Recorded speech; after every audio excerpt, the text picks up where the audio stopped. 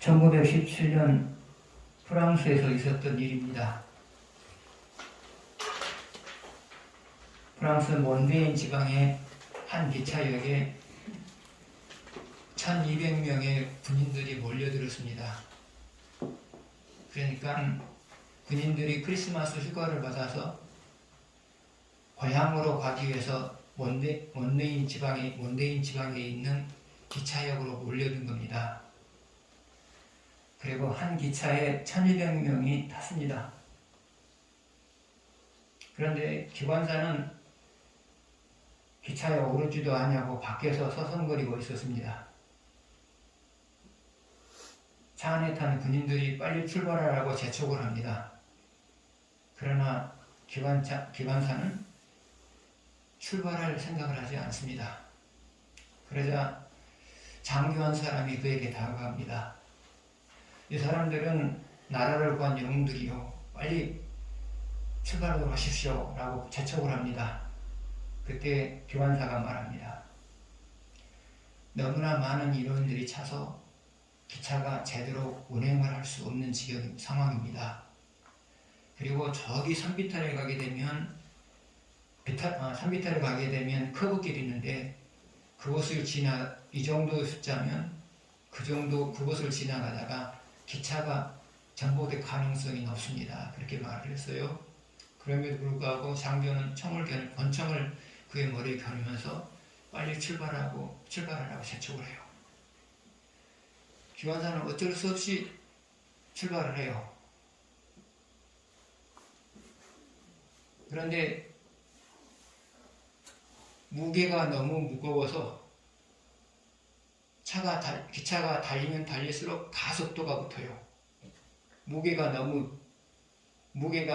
기차가 그 무게를 감당할 수 없으니까 가속도가 붙는 거예요. 브레이크를 밟아도 계속해서 가속도가 붙어요.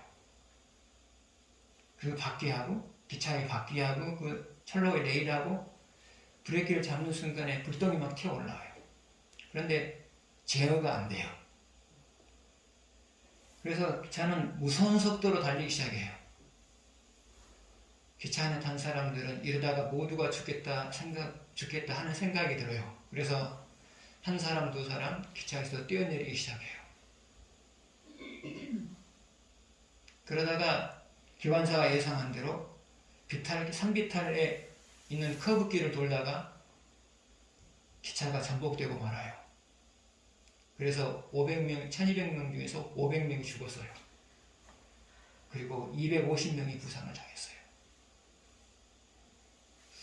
기관사의 말을 들었더라면 이런 대참사가 일어나지 않았을 거예요.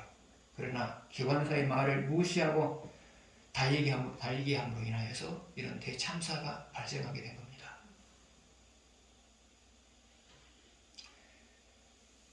여러분의 인생 열차의 기관사는 바로 하나님이십니다. 그 하나님이 여러분의 인생을 이끌어가고 있거든요. 그래서 그 하나님이 서라하면 서는 거고요, 나아가라면 나아가는 거고요, 또 여러 가지 모습으로 간섭하시면 거기에 따라서 움직이는 거고요. 그래서 여러분이 인생을 잘 살아내려면 여러분의 인생 열차의 기관사이신 하나님의 말을 잘 들어야 된단 말이죠.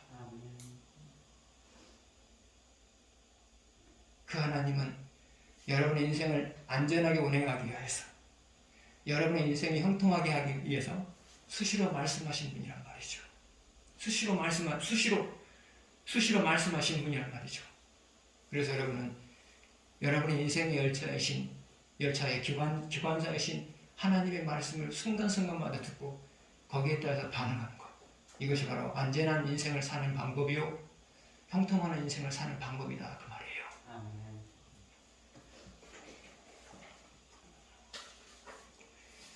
첫 번째 문제를 보시겠습니다. 여로보암의 손이 마른 이유는 무엇인가? 1절에서 4절을 교도하시겠습니다. 보라, 그때 하나님의 사람이 여호와의 말씀으로 말미암아 유다에서부터 베델에 이르니 마침 여로보암이 제단 곁에 서서 분향하는지라. 하나님의 사람이 제단을 향하여 여호와의 말씀으로 외쳐 말씀하시기를 다윗의 집에 요시야야 이름하는 아들을 낳음이니 그가 내 위에 분양하는 산당 제사장을 내 위에서 제물로 바칠 것이요 또 사람의 뼈를 내 위에서 사르리라 하셨느니라 하고 그날에 그가 징조를 들어 이르되 이는 여호와께서 말씀하신 징조라 제단이 갈라지며 그 위에 있는 재가 쏟아지리라 하며 여로보암 왕이 하나님의 사람이 베델에 있는 대단을 향하여 위쳐 말함을 들으되 제단에서 손을 펴며 그를 잡으라 하더라. 그를 향하여 한 손이 말라 다시 거두지 못하며 여로보암 왕의 손이 말랐어요. 말라버렸어요. 그러면 여로보암의 왕의 손이 말라버린 이유를 뭐라고 말하고 있어요? 이것은 하나님의 뜻을 전하는 사람을 하나님의 뜻을 전하는 하나님의 사람을 해하려고 했기 때문에 그런 거죠.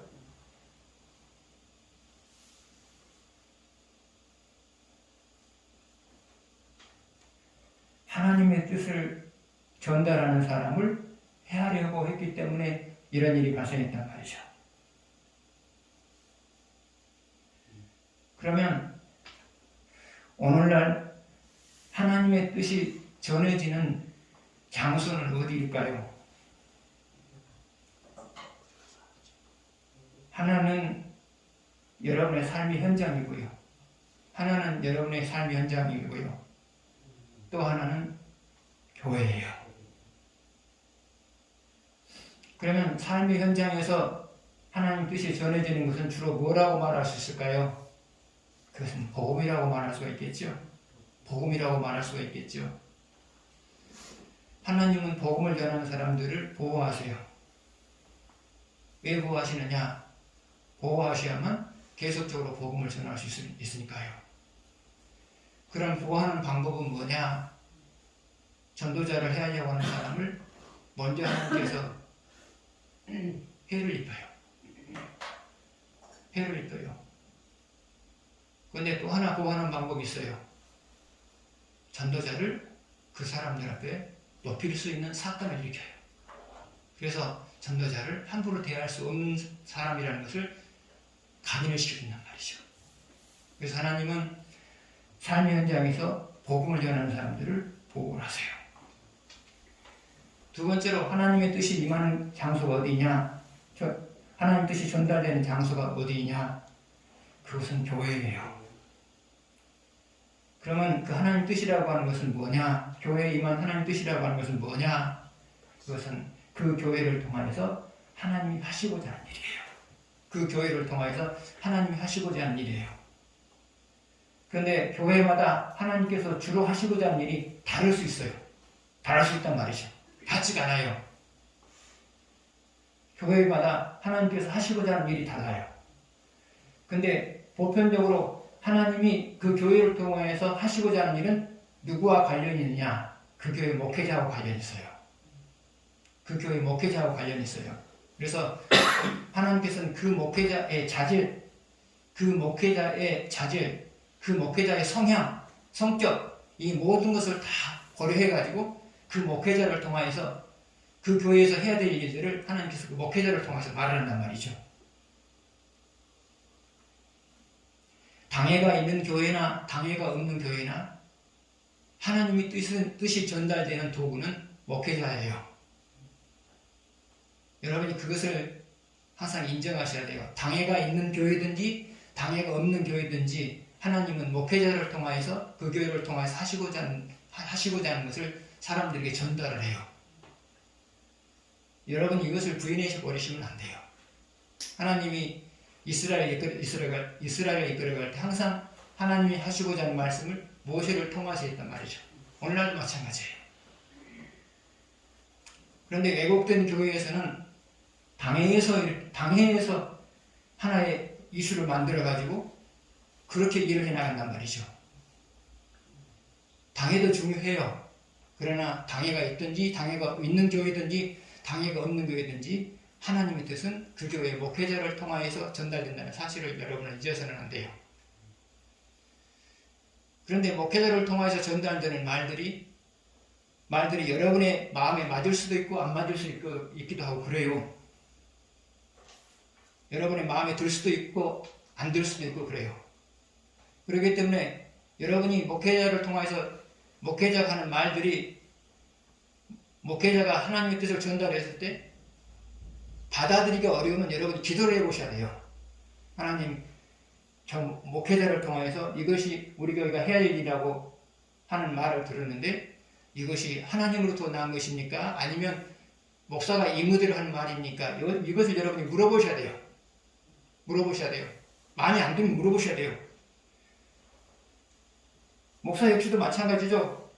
하나님께서 하라고 한 일이라고 생각했을 때 말하지, 그런 판단이 안 섰을 때 말을 해버리면 그것은 곤란하죠. 온 교회를 혼란으로 몰고 가는 거죠. 그래서 목회자도 항상 무엇인가를 내놓을 때는 기도해보고, 이것이 하나님께서 허락하신 일이다, 아니다. 판단이 섰을 때 말하는 거지, 그 판단이 안 섰을 때 말해버리면 교회가 온통 혼란스러워져 버려요. 그러면 안 되거든요. 그래서 일단 목회자가 하나님의 뜻을 받았단 말이죠. 뜻을 받았을 때 이제 교인들에게 말하는 거고요. 그래서 여러분들이 그 말을 듣고 안 받아들여지면 무조건 반대하시면 안 돼요. 기도해보는 거예요. 하나님, 저게 하나님부터 나는 것입니까? 아니면 목사가 임의대로 하는 말입니까? 여러분이 이걸 기도하시면서 분별하셔야 돼요. 만약에 기도해보지 않냐고 내 교회 안 간다를 반대해버리면 누가 당해요? 여러분이 당하는 거예요.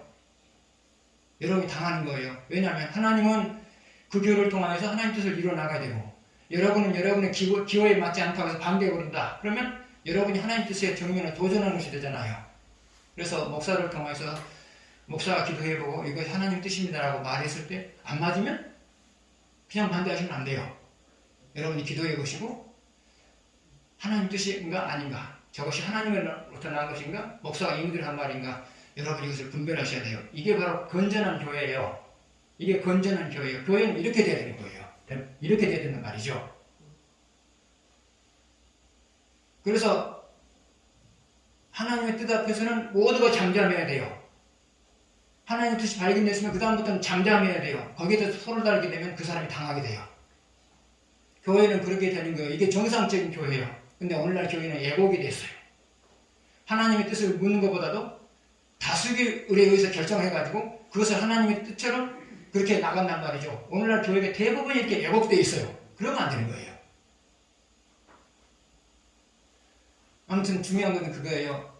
당회가 있는 교회든지 당회가 없는 교회든지 하나님께서 그 교회를 통해서 하시고자 하는 일들은 그 목사를 통해서 말씀을 하셔요. 그리고 여러분이 그 이야기를 듣는 순간에 받아들이기 힘들다 그러면 한번 기도를 해보세요.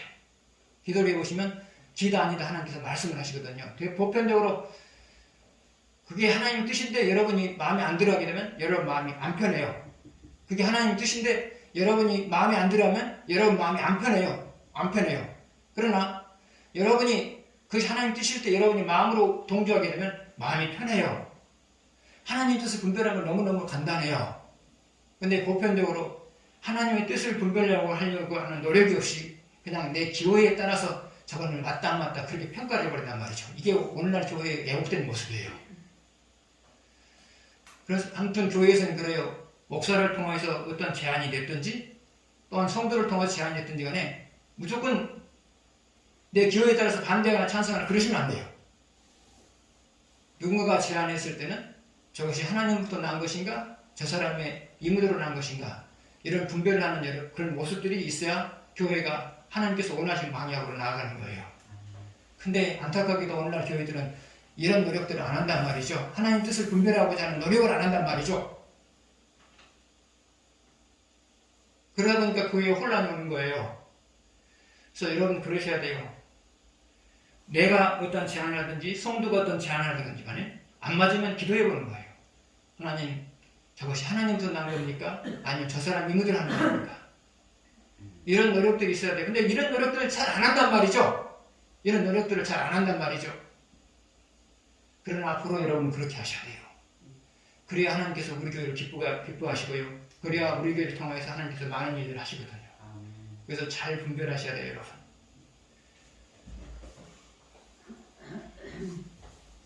두 번째로 갈라진 이유는 무엇인가? 그리고 하나님이 선지자를 통하여 여로보암의 마른 손을 회복시켜준 이유는 무엇인가? 5절에서 6절을 보시겠습니다. 하나님의 사람이 여호와의 말씀으로 보인 징조대로 제단이 갈라지며 재가 제단에서 쏟아진지라. 왕이 하나님의 사람에게 말하 이르되 청하건대 너는 나를 위하여 내 하나님 여호와께 은혜를 구하여 내 손이 다시 성하게 기도하라. 하나님의 사람이 여호와께 은혜를 구하니 왕의 손이 다시 성하도록 전도같이 되리라. 제단이 갈라졌어요. 제단이 갈라졌어요.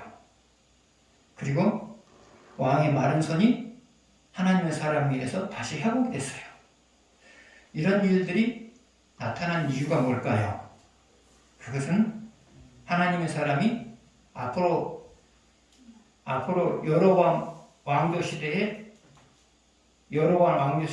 나타난 일들을 말씀하시는데, 하나님의 사람을 통하여 말씀을 하시는데, 그것이 사실이라는 것을 믿게 만들기 위해서 이런 징조를 보인 거예요. 자, 그러면 여러분 3절 보시죠. 그날에 그가 징조를 들어 이르되 이는 여호와께서 말씀하신 징조라. 제단이 갈라지며 그 위에 있는 재가 쏟아지리라 하며.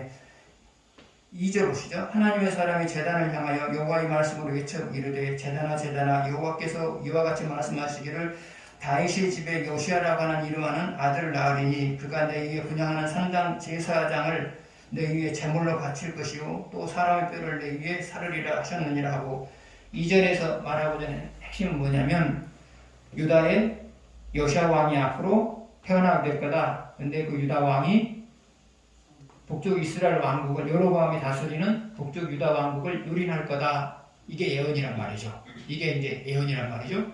근데 이 예언이 사실임을 확인시켜주는 징조로서 3절. 그날에 그가 징조를 들어 이르되 여호와께서 말씀하신 징조라. 제단이 갈라지면 그 위에 있는 재가 쏟아지리라. 그 징조로, 그것을 확인시켜주는 징조로 뭐가 있었다고요? 제단이 갈라진다고 그랬죠. 그 다음에 또 하나 뭐가 있었냐면 6절에 보면은 여로보암의 마른 손을 하나님의 사람이 치료해줬어요. 이건 역시 뭐냐? 앞으로 있을 일이 분명히 있을 것에 대한 분명히 있을 것에 대해서 믿게 만들기 위해서 이런 기적들이 나타나게 만들었단 말이죠.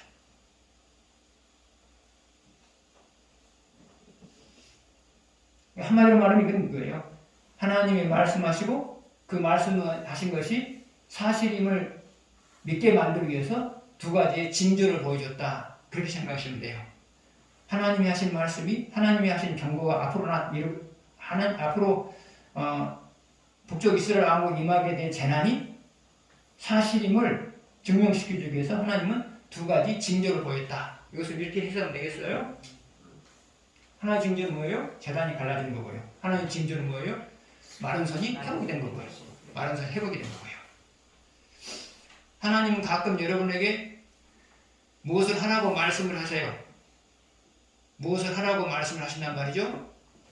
말씀을 하신 다음에 그것이 반드시 여러분이 해야 될 것임을 믿게 만들기 위해서 징조로 보인단 말이죠.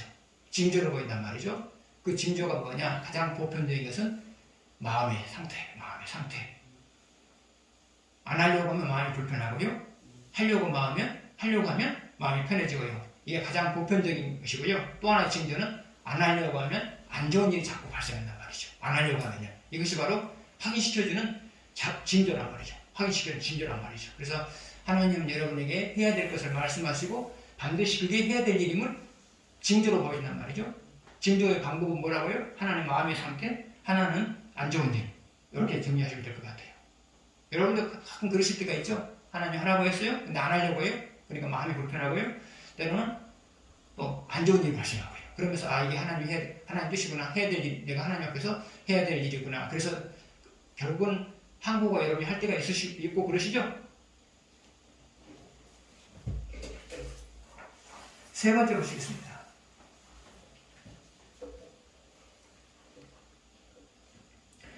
선지자가 왕의 호의를 거절한 이유는 무엇인가? 7절에서 10절을 보시겠습니다. 왕이 하나님의 사람에게 이르되 나와 함께 집에 가서 쉬라. 내가 내게 예물을 주리라. 하나님의 사람이 왕께 대답하되 왕께서 왕의 집 절반을 내게 준다 할지라도 나는 왕과 함께 들어가지 아니하고 이곳에는 떡도 먹지 아니하고 물도 마시지 아니하리니 이는 곧 여호와의 말씀이 내게 명령하여 이르시기를 떡도 먹지 말고 물도 마시지 말고 왔던 길로 되돌아가지도 말라 하셨습니다 하고 이에 다른 길로 가고 자기의 그대를 오던 길로 되돌아가지 아니하니라. 왕이 하나님의 사람을 대접하려고 했어요. 그러나 대접하려고 하는 것을 거절을 해요. 거절한 이유를 뭐라고 말하고 있죠? 하나님이 오기 전에, 내가 여기 오기 전에 떡도 먹지 말고 물도 여기 있는 사람들과 함께 떡도 먹지 말고 물도 마시지 말고 네가 왔던 길로 되돌아가지 말고 다른 길로 되돌아가라. 이 말씀 하셨다는 거죠. 이 말씀 하셨다는 거죠. 여기서 선지자는 하나님의 사람은 철저히 하나님께서 시키신 하나님의 방법대로 하나님이 하시고자 하는 일을 이뤄나가요. 하나님의 방법대로 하나님이 하시고자 하는 일을 이뤄나가요. 그러면 하나님의 사람에게 북쪽 이스라엘 사람들과 떡도 먹지 말고 함께 떡도 먹지 말고 물도 마시지 말고 오던 길로 갔던 길로 돌아가지도 말라 이렇게 말씀하신 이유가 뭘까요? 여러분 상급기관에서 하급기관에 감사가 와요. 근데 감사 온 사람들의 태도를 보게 되면 쉽게 감사가 끝나겠다는 생각이 들기도 하고 어떤 때는 이거 참 어렵겠구나 라는 생각이 들 때도 있고 그러시죠? 근데 딱 트집을 잡고자 하는 목적으로 온 사람들은 인사를 해도 인사를 박는 놈만 하죠? 차를 내놔도 안 마셔요. 그럼 무엇을 의미하느냐? 나는 이번에 어떤 식으로든지 꼬투리를 잡아서 문제를 삼겠다. 이런 의지를 보이는 거거든요. 그런 의지를 보이는 거예요. 그래서 또 여러분이 상당히 긴장을 하죠. 그리고 그때는 허물이 안 잡힐 수가 없죠. 작정하고 왔는데요. 딱 태도를 보면 안단 말이죠. 그런데 선지자가 하나님의 사람이 떡을 대접하려고 하는데 떡도 먹지도 않고 물도 먹지 않고 그냥 가버렸단 말이에요. 이것은 무엇을 의미해요? 하나님이 하신 말씀이 그대로 이루어질 것이라는 것을 행동을 통해서 암시하고 가는 거죠. 그렇잖아요. 앞으로 하나님께서 이루시는 일이 그대로 될 것이라는 것을 행동을 통해서 지금 보여주고 가는 거예요.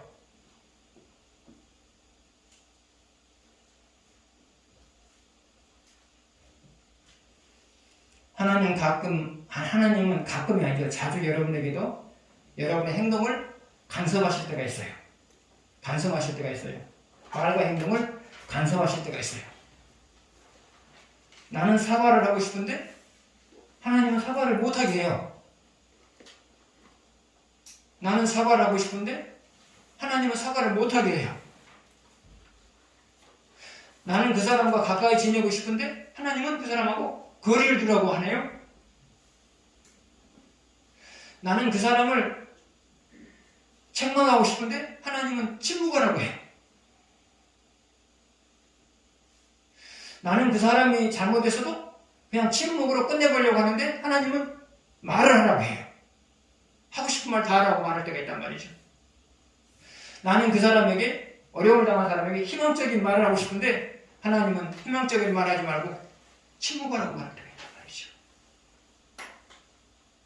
하나님은 여러분의 말과 행동을 간섭하실 때가 많아요. 그런데 하나님의 간섭하심이 왜 그렇게 간섭하시는지 이해가 될 때가 있고요. 이해가 때로는 안 될 때가 있어요. 그런데 이해가 안 돼도 무조건 하나님의 간섭하신다 생각이 들면 따르세요. 나중에 알게 돼요. 하나님이 이러려고 그렇게 하라고 하셨구나. 나중에 깨닫게 된단 말이죠. 그래서 여러분 하나님의 간섭하심을 느끼죠? 안 느낀가요? 하나님의 간섭하심을 느끼죠? 생활 속에서 간섭하심을 느끼죠? 간섭하시는 대로 여러분이 따라가세요. 하나님은 나름대로 뜻이 있어서 그렇게 간섭하시는 거예요. 그래서 신앙인은 하나님의 간섭하심에 따라 살면 안전하고요. 간섭하심에 따르지 않으면 참 복잡해져요, 삶이요. 그래서 항상 여러분, 하나님 간섭하심이 주로 어떻게 나타나는가요? 하나님의 간섭하심이? 그것도 어려운 거 아니에요. 내가 하고 싶은 대로 하려고 하면 마음이 안 편해요. 그리고 하나님과 나 사이에 단절된 느낌이 온단 말이죠. 그럼 하지 않은 거예요. 안 하려고 하는데 자꾸 나에게 부담을 줘요. 나는 말 안 하고 싶은데 자꾸 부담을 주고 난 누른단 말이죠. 내 마음을 누른단 말이죠. 그랬을 때는 말하는 거예요. 저도 이제 부목사 생활을 하면서 저보다 나이가 적은 부목사들하고 같이 제가 나이가 많은 편이었거든요. 근데 되도록이면 저는 다른 사람이 나한테 잘못해도 말을 안 해요. 말을 안 하는 편이에요. 그 말 안 하고 그냥 넘어가는 편이에요. 근데 어떨 때는 하나님께서 너 말해라 그럴 때가 있어요. 안 하면 제가 물려요. 그럴 때는 제가 하고 싶은 말을 다 해요. 그러면 그 사람이 사과를 하더라고요. 그러니까 대부분 마음의 상태를 통해서 여러분을 간섭을 하세요. 해서는 안 된 말을 하게 되면 또 마음이 부담스러워요. 마음에 편안함이 없고요. 해야 되는데 자꾸 안 하려고 하면 여러분에게 마음에 눌림이 오고요. 그래서 그런 간섭하신 분들을 잘 분별하시면서 사셔야 돼요. 그래야 여러분 인생이 안전하고 형통해요. 그래서 신앙생활이라는 것은 여러분이 이렇게 연구를 하면서 신앙생활을 해야지 와서 예배드리고 봉사하고 이 정도로 끝내버리면 신앙생활의 맛을 못 느껴요. 그러시면 안 돼요. 신앙생활 맛은 어디서 느끼느냐? 삶의 현장에서 하나님께서 간섭하시는 것을 느끼면서 살아가는 것, 그것이 바로 신앙생활의 맛을 느끼는 거예요. 하나님은 간섭하고 있거든요. 여러분의 삶을 간섭하고 있거든요. 그것을 여러분들이 잘 이렇게 파악하고 거기에 따르면 살아가고 그러면서 또 여러분이 좋은 일이 있는 것을 경험할 때 그래서 신앙생활의 맛을 느끼는 거거든요. 여러분 이제는 그 수준에 이르도록 이미 또 여러분들 이르는 사람도 많겠죠. 그 수준에 이르도록 여러분이 노력하셔야 돼요. 단순히 와서 예배드리고 봉사했다. 신앙생활 했네? 그러시면 안 돼요. 그거는 너무나 아쉬운 신앙생활이에요. 끊임없이 하나님이 나의 삶에 대해서 간섭하시고 나의 행복을 위해서 나의 삶을 간섭하고 있음을 느껴야만 우리가 신앙생활의 맛을 느끼지 그것을 못 느껴버리면 신앙생활의 맛을 못 느껴요. 그래서 여러분 이제는 하나님이 나의 삶 속에서 어떻게 나를 간섭하는가 그것을 이렇게 여러분이 분별해내셔야 돼요. 연구를 하셔야 된단 말이죠. 신앙생활도. 저도 항상 그래요. 제가 그렇게 신앙생활 하고 있으니까 여러분이 이런 말씀을 드릴 수 있는 거예요.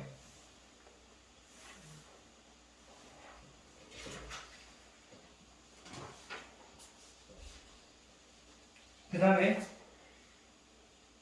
네 번째요.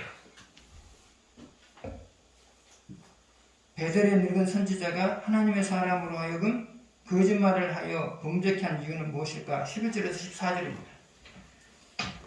베델의 한 늙은 선지자가 살더니 그 아들들이 와서 이날에 하나님의 사람이 베델에서 행한 모든 일을 그에게 말하고 또 그가 왕에게 드린 말씀도 그들의 아버지에게 말한지라. 그들의 아버지가 그들에게 이르되 그가 어느 길로 가느냐 하니 그의 아들들이 유대에서부터 온 하나님의 사람의 강기를 보았습니다. 그가 그의 아들들에게 이르되 나를 위하여 나귀에게 안장을 지우라. 그들이 나귀의 안장을 지우니 그가 타고 하나님의 사람을 뒤따라가서 상수리나 말에 앉은 것을 보고 이르되 그대가 유다에서 온 하나님의 사람이냐? 대답하되 그러하다. 다 읽어야 되는데 부분만 읽었어요. 선지자가 북쪽 이스라엘 왕국의 늙은 선지자가 하나님의 사람에게 거짓말을 해서 범죄하게 만들었어요. 그리고 망하게 만들었죠. 그러면 그렇게 한 이유가 뭘까요? 결론적으로 말하면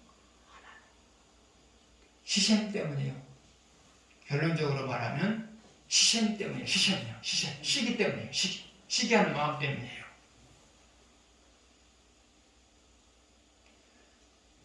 베델의 늙은 선지자는 아들들을 통하여서 하나님의 사람이 어떤 말과 어떤 행동을 했는지를 들었어요. 그러면서 마음속으로 이 사람이야말로 선지자다운 선지자구나. 그래서 알았어요. 근데 자기 자신은 선지자 역할을 지금 못하고 있어요. 선지자 역할을 못하고 있어요. 그런데 선지자 역할을 못하고 있는 사람이 선지자다운 선지자가 왔으면 선지자를 귀하게 여겨야 되죠? 근데 사람의 마음이 그렇지가 않단 말이죠. 선지자답지 못한 사람이 선지자다운 선지자를 만나게 되면 귀하게 여겨야 되는데 귀하게 여는 경우도 있지만 그런 경우는 드물고요. 시샘을 한단 말이죠. 시샘을 한단 말이죠. 그래서 이 늙은 선지자가 선지자다운 선지자인 하나님의 사람을 망가뜨려야 되겠다는 계획을 세워요. 망가뜨려야 되겠다는 계획을 세워요. 그래서 하나님이 내게 말씀하시기를 떡도 먹고 물도 마시라고 했다. 그리고 거짓말을 하죠. 그런데 이 사람은 선지자가 말한 거니까 하나님의 사람을 믿어버렸죠. 여러분, 목사가 말하면 웬만하면 믿잖아요. 그러니까 하나님의 사람은 선지자가 말하니까 그게 하나님으로부터 새로운 뜻을 받아가지고 자기에게 한 말처럼 그렇게 믿어버렸단 말이죠. 그리고 그걸 먹어버렸어요. 그래가지고 결국은 죽죠. 그래서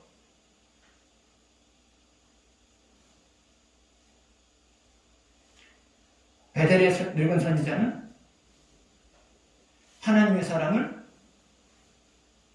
시기했기 때문에 그를 망가뜨려 버렸던 거예요.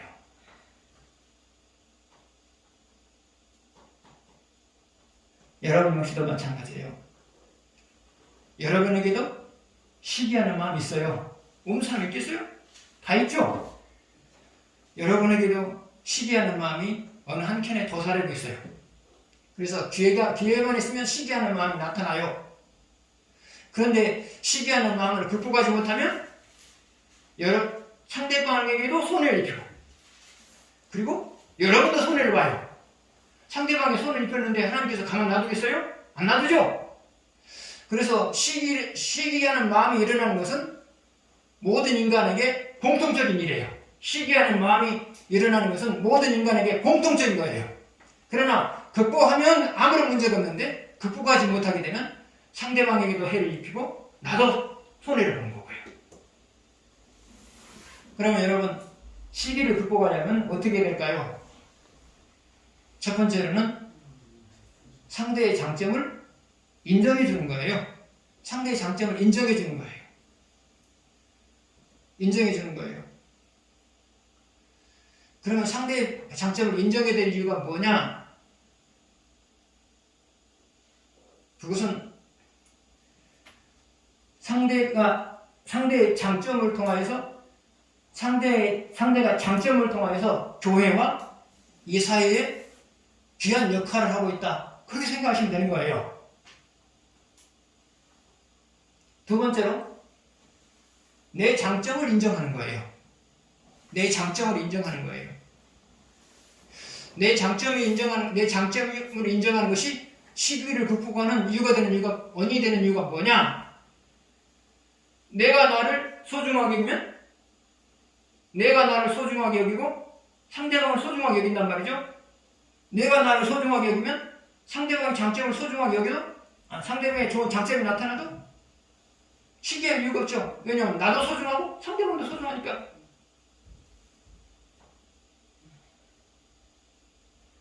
그래서 여러분 상대방의 장점도 귀하다고 생각하시고요.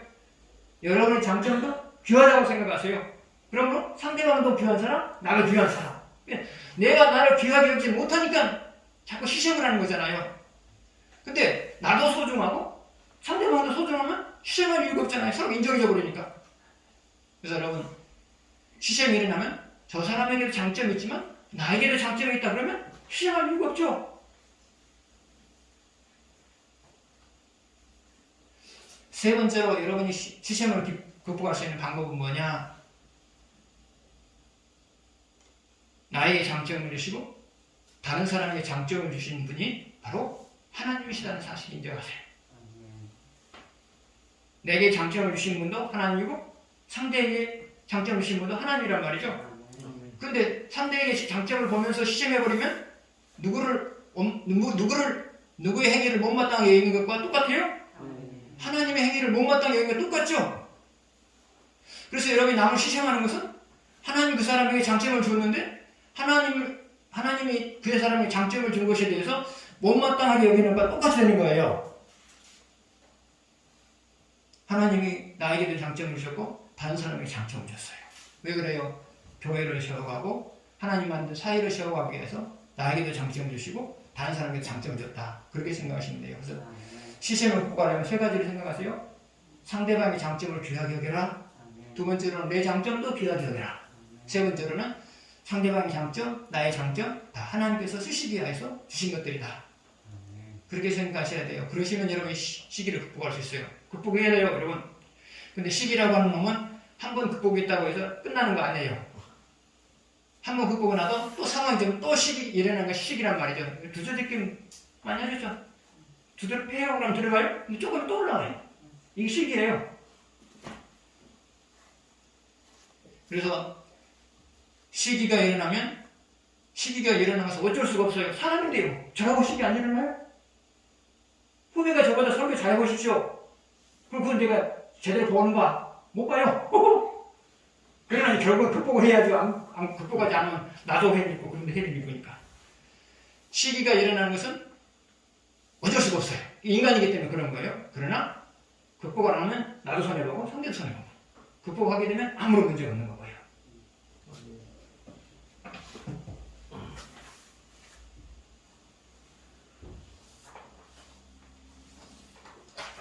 다섯 번째 보시겠습니다.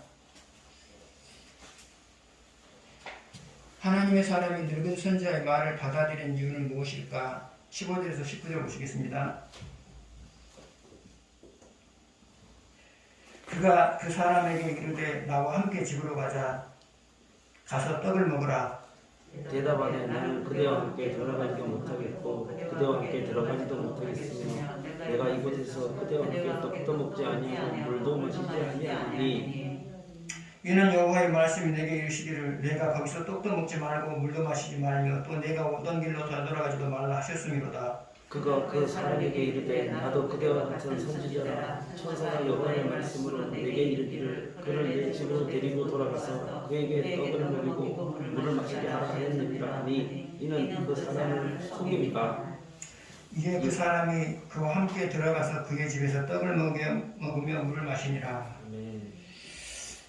하나님의 사람이 선지자의 말을 받아들였어요. 받아들인 이유가 뭘까요? 선지자니까 하나님으로부터 응답을 받은 다음에 말했을 것이다. 그렇게 추측을 한 거예요. 순진하신 분이에요. 순진하신 분이란 말이죠.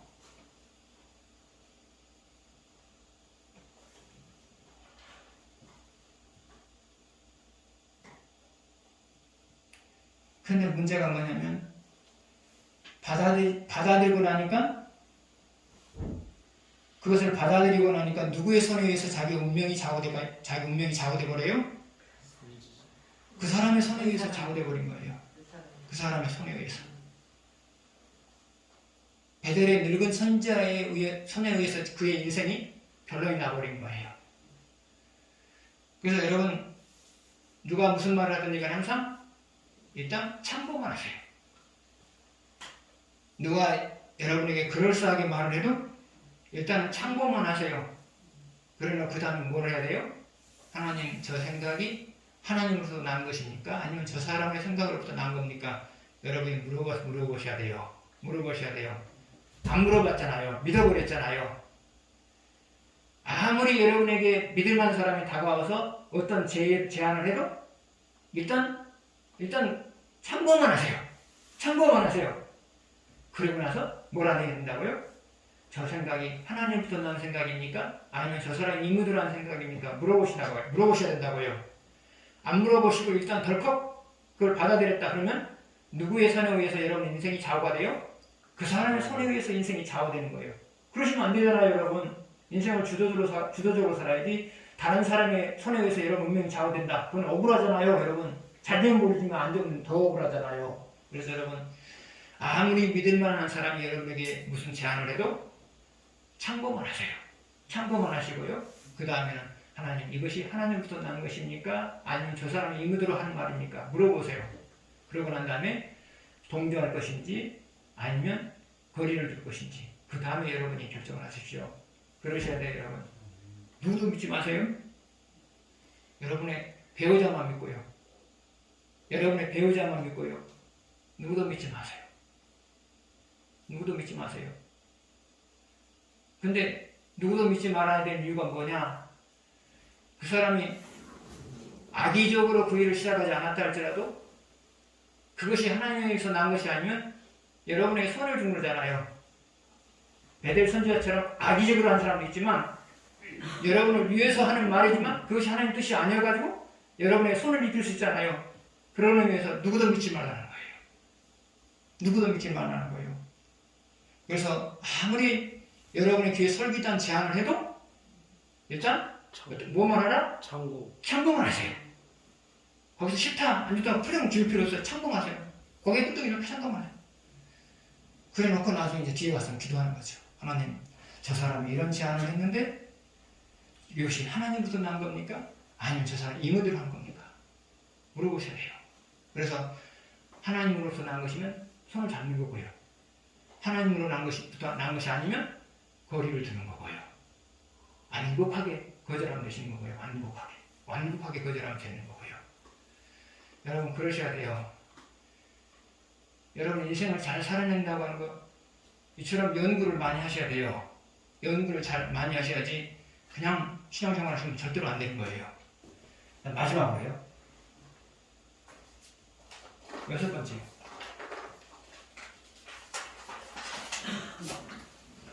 하나님의 말씀이 거짓말을 한 늙은 선지자에게도 임한 이유는 무엇인가?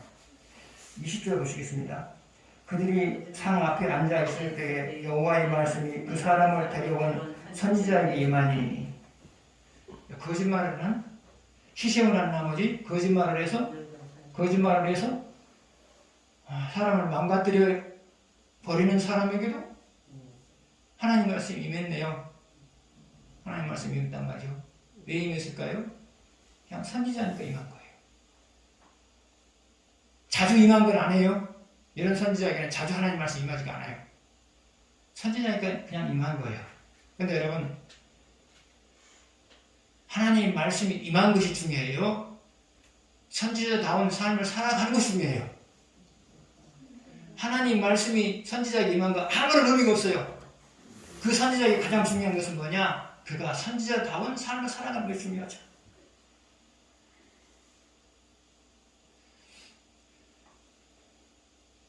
우리도 우리의 삶과 연관을 시키면 그래요. 여러분이 하나님의 말씀을 외면하면서 살아가도 하나님의 보호하심과 하나님의 복 속에서 도우심 속에서 살 때가 있어요. 그러나 우리에게 중요한 것은 하나님이 나를 도왔느냐 도우지 않았느냐, 나를 보호했느냐 보호하지 않았느냐, 이게 중요한 게 아니고요. 내가 받은 말씀대로 살았느냐 살지 않았느냐, 이게 중요하단 말이죠. 하나님은 여러분이 받은 말씀을 외면하면서 살고 있어도 하나님이 여러분을 귀하게 쓰실 때가 있어요. 그러나 우리에게 중요한 것은 하나님이 나를 귀하게 썼느냐 쓰지 않았느냐, 이게 중요한 게 아니고요. 내가 지금 받은 말씀대로 살고 있느냐 살고 있지 않느냐, 이것이 중요하단 말이죠. 그래서 여러분 항상 이 생각을 하시면서 사셔야 돼요. 무엇이 가장 중요한 거냐, 무엇이 가장 중요한 거냐, 이것을 항상 염두에 두시면서 사셔야 돼요. 여러분에게 있어서 가장 소중한 것이 뭐예요? 내가 오늘 받은 말씀대로 살았느냐 살지 않았느냐, 이게 가장 중요해요. 오늘 내가 복을 받았느냐, 안전을 갖고 있느냐, 이게 중요한 게 아니고요.